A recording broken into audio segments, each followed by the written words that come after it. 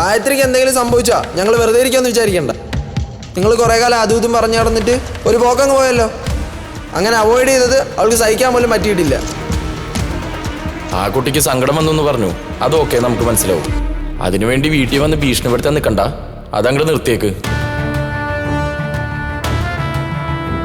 എടാ, ആ കുട്ടി ഒരു കോളേജിൽ പഠിക്കുന്ന കുട്ടിയല്ലേ, അതിനോട് ഇങ്ങനെയൊക്കെ പെരുമാറാൻ നിനക്ക് നാണാവുന്നില്ലടാ.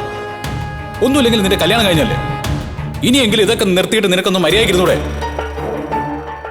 ഈ കല്യാണം എങ്ങനെ നടന്നു ഇവിടെ എല്ലാവർക്കും അറിയാവുന്ന കാര്യം തന്നെയല്ലേ. ഇതെന്താ ഒറിജിനൽ കല്യാണം?